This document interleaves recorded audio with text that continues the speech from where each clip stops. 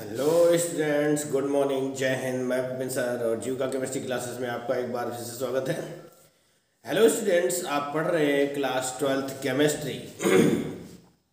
Class 12th chemistry chapter number 14 biomolecules यानी part 6 पढ़ने जा रहे हैं। पार्ट 4 तक हमने आपको प्रोटीन की संरचना के बारे में अध्ययन करवा दिया है ना। प्रोटीन क्या होता है, प्रोटीन कैसे बनती है, इन सब चीज़ों के बारे में हमने आपको अध्ययन स्टडी हो चुकी है। आज जो हम लोग पढ़ने वाले हैं उसके आगे कुछ छोटे मोटे प्रश्न हैं जिनके बारे में बताने जा रहे हैं। तो आइए देखते हैं क्या होता है, ठीक है ना। तो प्रोटीन की संरचना के बारे में अध्ययन करते हैं। तो सबसे पहले एक छोटा सा प्रश्न बनता है कि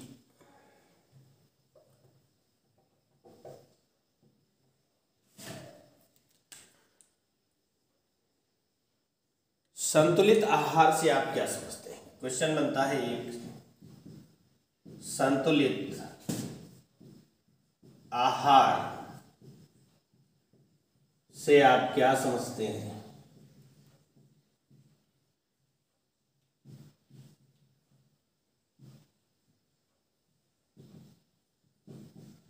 आपके यूपी बोर्ड के सिलेबस में 2-3 पार्ट बचे हुए हैं, ज़्यादा नहीं बचा है आपका सिलेबस, वो भी बहुत जल्द ही ख़त्म कर देंगे। और उसके बाद अनसोल्ड तो आपका चल ही रहा है। 18 सेट यानी 2020 से 2019 18 के तक में 18 सेट आपके पड़े हुए हैं, ठीक है ना। 18 सेट आपके पड़े हुए हैं। और एक दूसरी बात है, कुछ बच्चे हमसे मांग रहे थे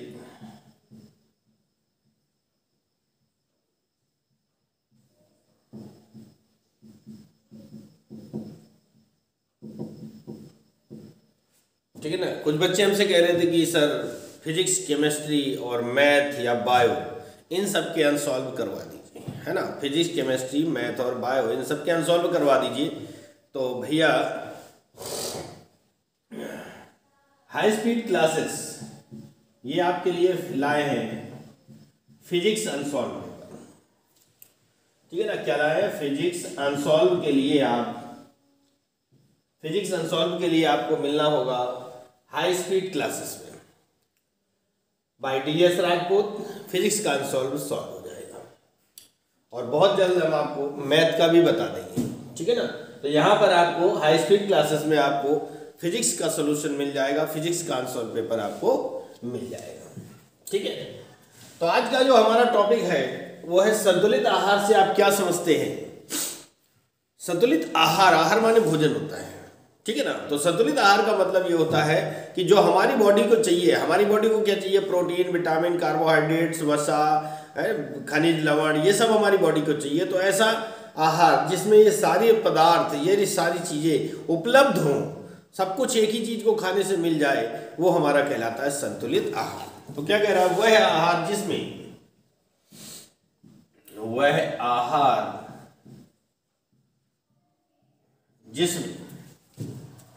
जीवधारी के लिए सभी, जिसमें वह आहार जिसमें जीवधारी के लिए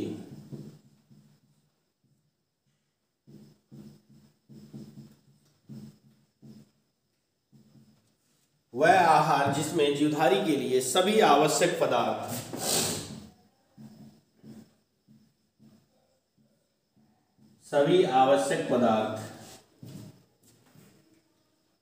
ठीक है ना, वह आहार जिसमें जीवधारी के लिए सभी आवश्यक पदार्थ उपलब्ध हो,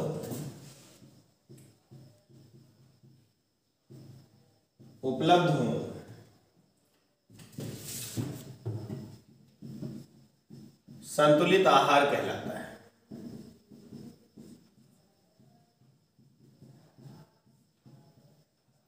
संतुलित आहार कहलाता है वह आहार जिसमें जीवधारी के लिए सभी आवश्यक पदार्थ उपलब्ध हो, संतुलित आहार कहलाता है। एग्जाम्पल है अंगारा, दूध, मिल्क, है ना। दूध एक ऐसा पदार्थ होता है जिसमें सारी चीजें उपलब्ध होती हैं, सब कुछ उपलब्ध होता है, तो दूध को जो है संतुलित आहार माना गया है। ठीक है ना, क्या माना गया भैया? संतुलित आहार माना गया है दूध को। ठीक है, आगे चलते हैं हम। तो जो आपका टॉपिक है आपके सिलेबस के अकॉर्डिंग उसमें चलते हैं हम लोग आगे।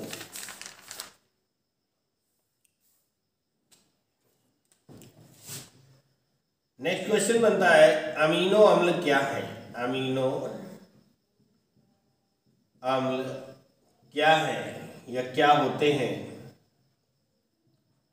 वर्गीकरण कीजिए, वर्गीकरण कीजिए। आंसर होगा, हेडिंग डाल देते हैं एमिनो एसिड।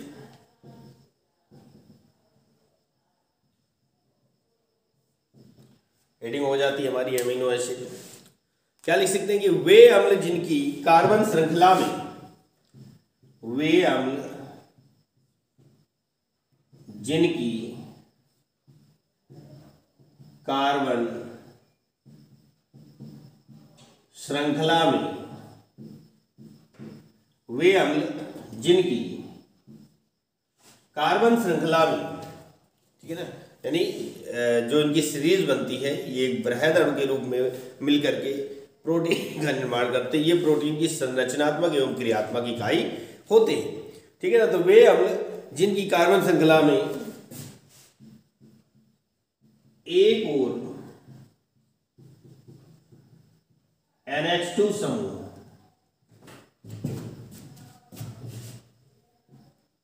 तथा दूसरी ओर COOH यानी कार्बोक्सिलिक समूह,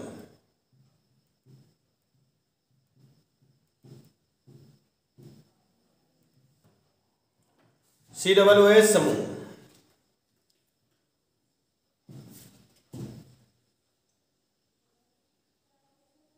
उपस्थित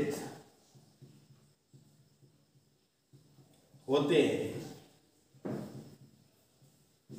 एमिनो अम्ल कहलाते हैं।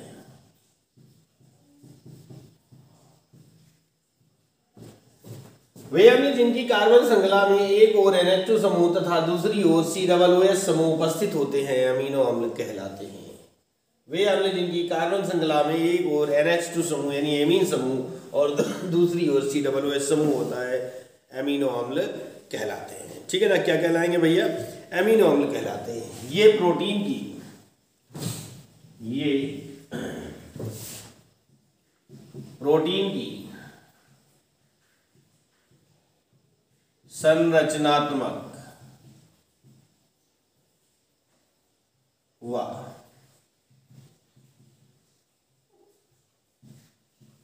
क्रियात्मक इकाई, ये प्रोटीन की संरचनात्मक एवं क्रियात्मक इकाई है। ठीक है ना, क्या? एमिनो अम्ल। ठीक है,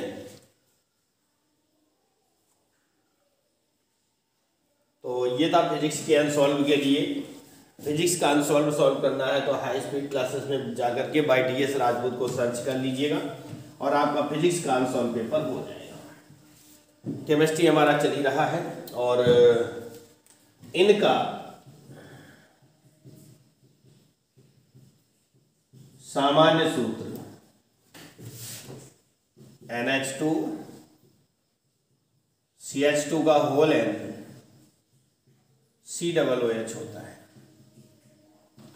अब देखिए यहां पर क्या कह रहा है कि इनकी एक कार्बन चेन में N माने बहुत सारे मॉलिक्यूल्स हो सकते हैं, नंबर ऑफ कार्बन एटम हो सकते हैं, तो एक और NH2 समूह और दूसरी ओर COOH समूह होता है, तो उसे हम अमीनो अम्ल कहते हैं। और ये होते क्या है? ये प्रोटीन की संरचनात्मक एवं क्रियात्मक इकाई बनाते हैं। कैसे काम करते हैं देखिए, इसको अगर हम खोलें तो NH2 हो गया, CH2 को हमने इस तरह से खोल दिया, C double bond O single bond OH ये खुलेगा। अब इसका दूसरा मॉलिक्यूल, ये तो एक हो गया, अब यही दूसरा मॉलिक्यूल लेंगे, कोई नई बात नहीं लेनी है, CH COOH, है ना। ये क्या हो गए, एमीन के एमिनो अम्ल के दो समूह ले लिए, तो जब ये जुड़ेंगे आपस में तो ये क्या निकल रहा है बॉक्स के अंदर, ध्यान से देखेंगे तो बॉक्स में जब हम देखते हैं तो क्या निकल रहा है, H2O निकलता है। क्या निकलता है भैया, H2O निकल जाएगा, बचेगा क्या, HNH, ये बचा, CH जैसा है वैसे ही बच गया,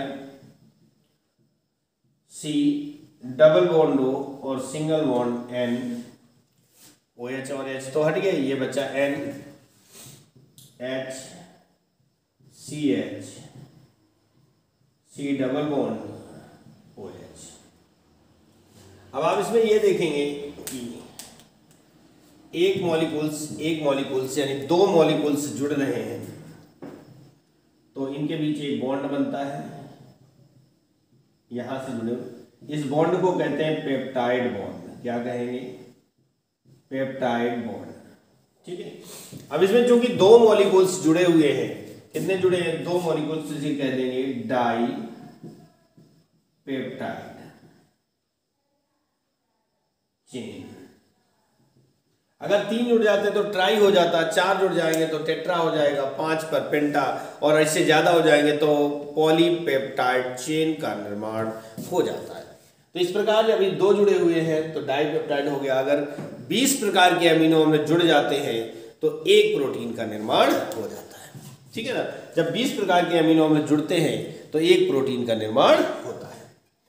आ गया होगा समझ में, नोट भी आपने कर लिया होगा। हम लोग आगे बढ़ते हैं। तो हमारा जो प्रश्न था कि अमीनो अम्ल क्या है तो वो तो हो चुका, लेकिन आगे क्या कह रहा है कि वर्गीकरण कीजिए, तो हम लोग इसके वर्गीकरण पर चलते हैं, ठीक है ना। तो classification of amino acids, amino अम्ल का वर्गीकरण, ठीक है ना। अमीनो अम्ल का वर्गीकरण करना है। क्या लिख सकते हैं कि एमिनो एसिड को उनमें उपस्थित, एमिनो एसिड को उनमें उपस्थित NH2 तथा NH2, एमिनो एसिड को उनमें उपस्थित NH2 तथा COOH समूह, ठीक है ना, COOH समूहों की संख्या के आधार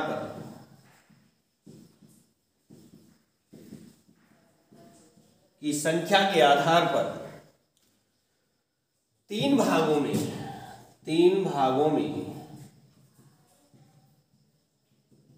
बांटा जा सकता है।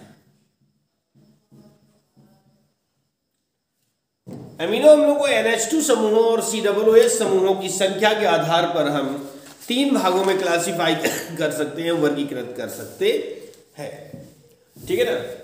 तीन भागों में क्लासिफाई कर सकते हैं, वर्गीकृत कर सकते हैं।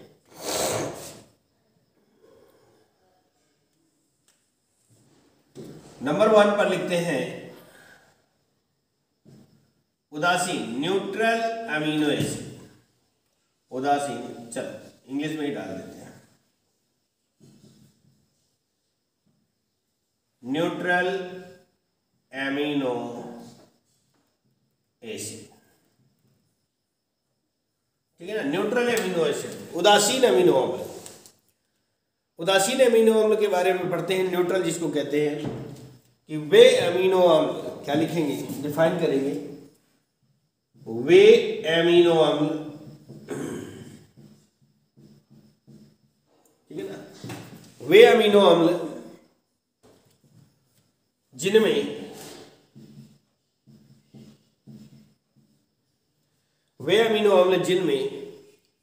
NH2 समूह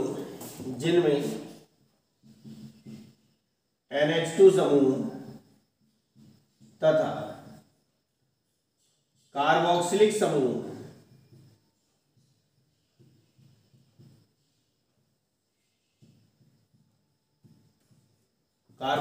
समूह यानी कि COOH की संख्या समान होती है, समान होती है, उदासीन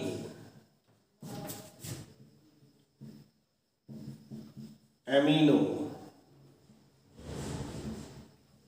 अम्ल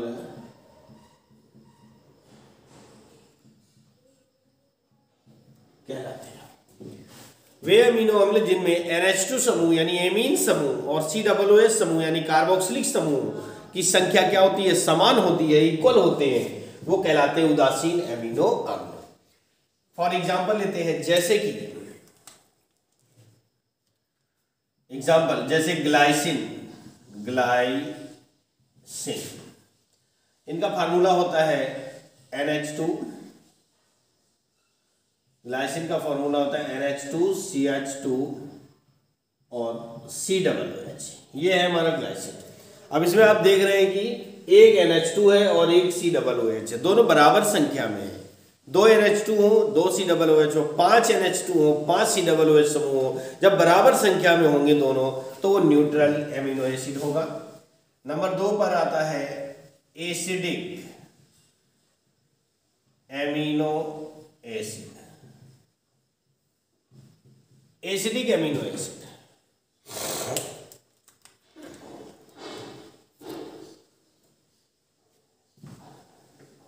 वे एमिनो एसिड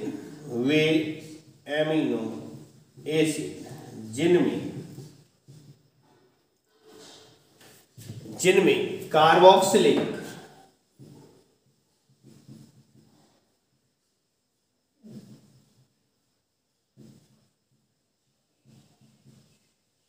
वे अमीनो एसिड जिनमें कार्बोक्सिलिक समूहों की संख्या,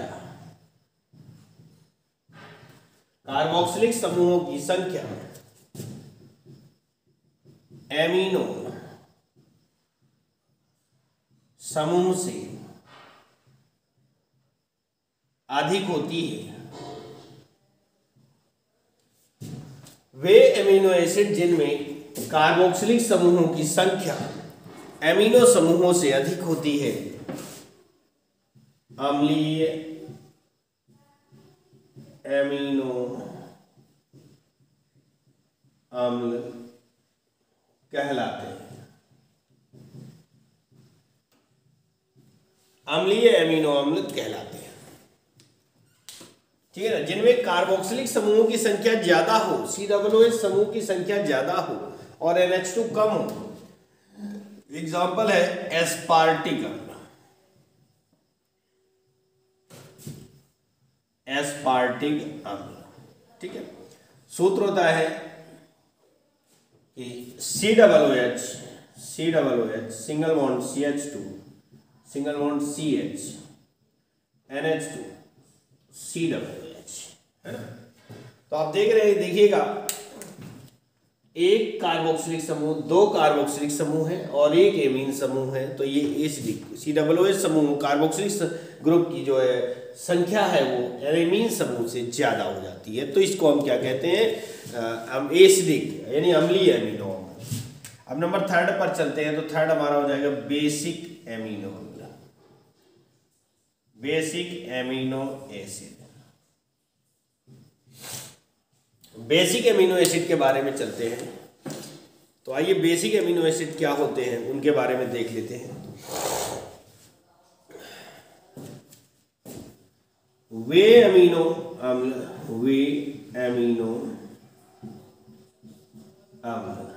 जिनमें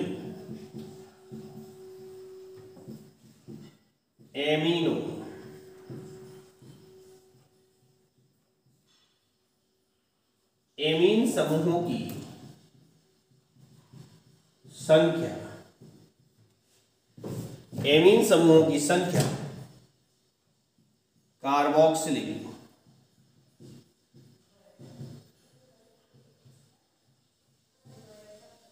ग्रुप से अधिक होती है,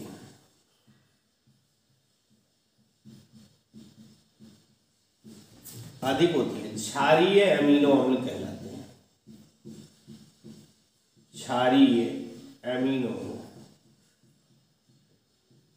अम्ल कहलाते हैं। वे अमीनो अम्ल जिनमें अमीन समूहों की संख्या कार्बोक्सिलिक ग्रुप से अधिक होती है क्षारीय अमीनो अम्ल कहलाते हैं। इसमें COOH ज्यादा था, इसमें एमीन समूह ज्यादा होता है। एग्जाम्पल में आता है लाइसिन। लाइसिन, ठीक है ना, क्या लेते हैं एग्जाम्पल में? लाइसिन लेकर चलते हैं। अब लाइसिन का जो सूत्र होता है NH2 CH2 CH2 CH2 CH2 CH NH2 COOH। अब यहां पर अगर आप देखें तो सॉरी, एक और दो एमिनो अम्ल हैं और एक COOH समूह है, ठीक है ना। तो एमीन समूह ज्यादा संख्या में हो जाते हैं, इसलिए इसे क्या कहते हैं? सॉरी, क्षारीय एमिनो अम्ल कहते हैं। नेक्स्ट है क्वेश्चन बनता है DNA फिंगरप्रिंटिंग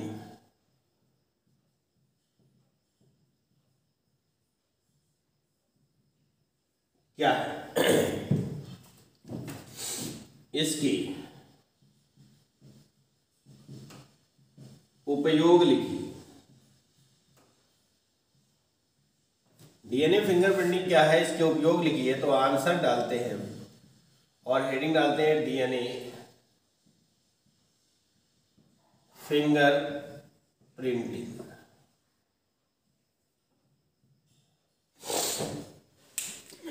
ठीक है, तो DNA फिंगरप्रिंटिंग होता क्या है? इसका मुख्य उपयोग जो है अपराधी प्रवृत्ति के व्यक्तियों को पकड़ने में किया जाता है या मातृत्व को पहचानने में किया जाता है। तो नेचर में क्या होता है? नेचर में DNA ही एकमात्र ऐसा पदार्थ होता है, प्रकृति में DNA ही एकमात्र ऐसा पदार्थ है जो सभी व्यक्तियों में अलग अलग होता है, बट सगे जुड़वा यानी हम सकल जुड़वा भाई यानी हम सकल जुड़वा बच्चों को छोड़कर। तो लिख सकते हैं कि आप प्रकृति में DNA ही एकमात्र ऐसा पदार्थ है, प्रकृति में DNA ही एकमात्र ऐसा पदार्थ है जो सभी व्यक्तियों में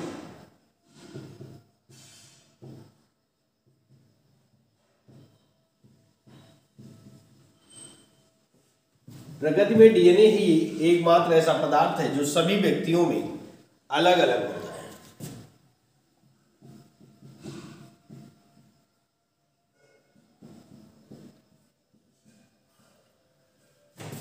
ठीक है ना, क्या कह रहा है? प्रकृति में DNA ही एकमात्र ऐसा पदार्थ है जो सभी व्यक्तियों में अलग अलग होता है, ठीक है ना, यानी सब किसी का भी DNA मैच नहीं होता है। प्रत्येक व्यक्ति की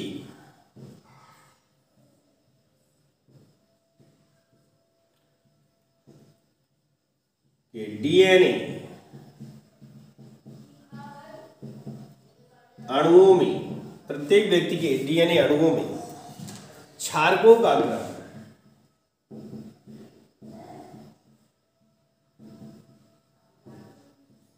ठीक है ना, क्षारकों का क्रम। क्षारक कौन से होते हैं? थोड़ी देर के लिए बैक चलते हैं। एडेनिन, साइटोसिन, ग्वानिन, थायमिन, ठीक है ना, एडेनिन, ग्वानिन, साइटोसिन, थायमिन, ये नाइट्रोजनी क्षारक होते हैं। तो कह रहा है प्रत्येक व्यक्ति के DNA अणुओं में क्षारकों का क्रम भिन्न भिन्न यानी अलग अलग होता है, भिन्न भिन्न होता है।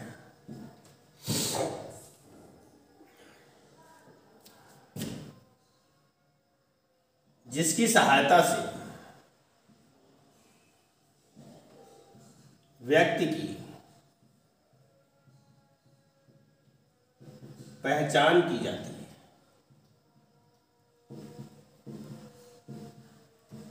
ठीक है ना, जिसकी सहायता से व्यक्ति की पहचान की जाती है। इस तकनीक की खोज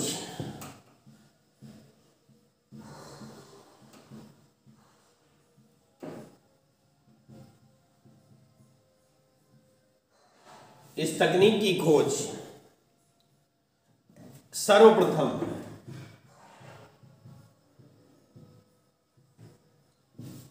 ठीक है ना, इस तकनीक की खोज सर्वप्रथम एलेक जेफरी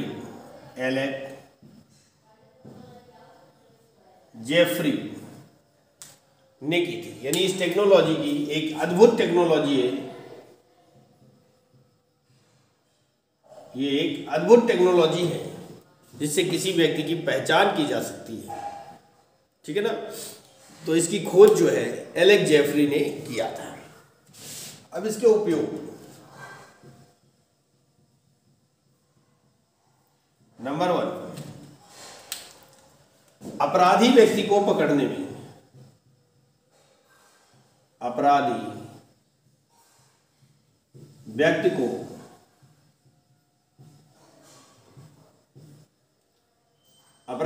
को पकड़ने में इस तकनीक का प्रयोग किया जाता है।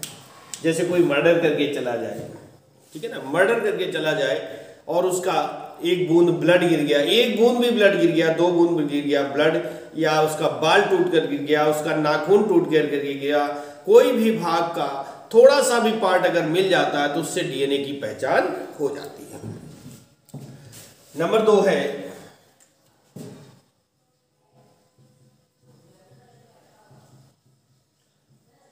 बलात्कारी व्यक्ति की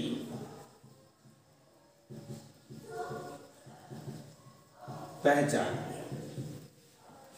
यानी रेपिस्ट जो होते हैं उनकी भी पहचान इस डीएनए के द्वारा की जा सकती है। नंबर 3,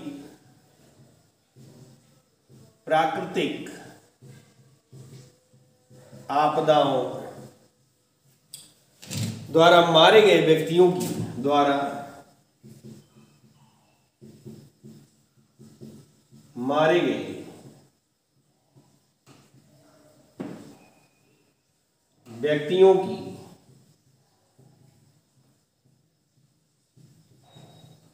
पहचान करने में भी उपयोगी है। भाई क्या होता है कि 10 दिन बाद बॉडी मिली, प्राकृतिक आपदा आई, जैसे कि आप 2013-14 में केदारनाथ पर आई थी प्राकृतिक आपदा, है ना, तो सैकड़ों लोग, लाखों लोग मारे गए। अब 10 दिन बाद बॉडी मिली तो बॉडी पूरी सड़ जाएगी, तो उस सड़ी हुई बॉडी को पहचानेंगे कैसे कि कौन किसका भाई है, कौन किसकी माँ है, कौन किसका पिता है। तो इस टेक्नोलॉजी के द्वारा डीएनए की पहचान की जा सकती है। नंबर 4 है बच्चों का मातृत्व ज्ञात करने में, बच्चों का मातृत्व ज्ञात करने में। मातृत्व क्या होता है? माता पिता की पहचान करना। जैसे हॉस्पिटल में एक महिला तो होगी नहीं, बहुत सारी महिलाओं ने जन्म दिया, बच्चों को जन्म दिया होगा, बहुत सारी माताओं ने जन्म दिया होगा। तो जन्म देने के बाद में, ठीक है, किसी कारण से, धोखे से, गलती से, या कोई चालाक व्यक्ति है उसने बच्चे को ट्रांसफर कर लिया, बच्चे को बदल लिया, अदला बदली कर दी बच्चे की, तो ये कैसे पता चलेगा कि ये मेरा बच्चा है और ये आपका है? तो इस डीएनए टेक्नोलॉजी के द्वारा, डीएनए फिंगरप्रिंटिंग के द्वारा हम इस व्यक्ति की पहचान, उस बच्चे की पहचान की जा सकती है कि ये किसका बच्चा है। समझ में? तो प्यारे बच्चों एवं फ्रेंड्स, कहेंगे आज के लिए यहीं तक है, और इसके आगे जो होगा, आगे का टॉपिक जो होगा वो आपको अगले टर्न पर, ज़्यादा नहीं सिलेबस बचा है, 2-3 पार्ट और बचे हुए हैं जो बहुत जल्दी आपके समाप्त कर देंगे। ठीक है ना, जो बहुत जल्दी समाप्त कर देंगे। तो आप लोग लगे रहिएगा। तब तक के लिए नमस्कार, जय हिंद।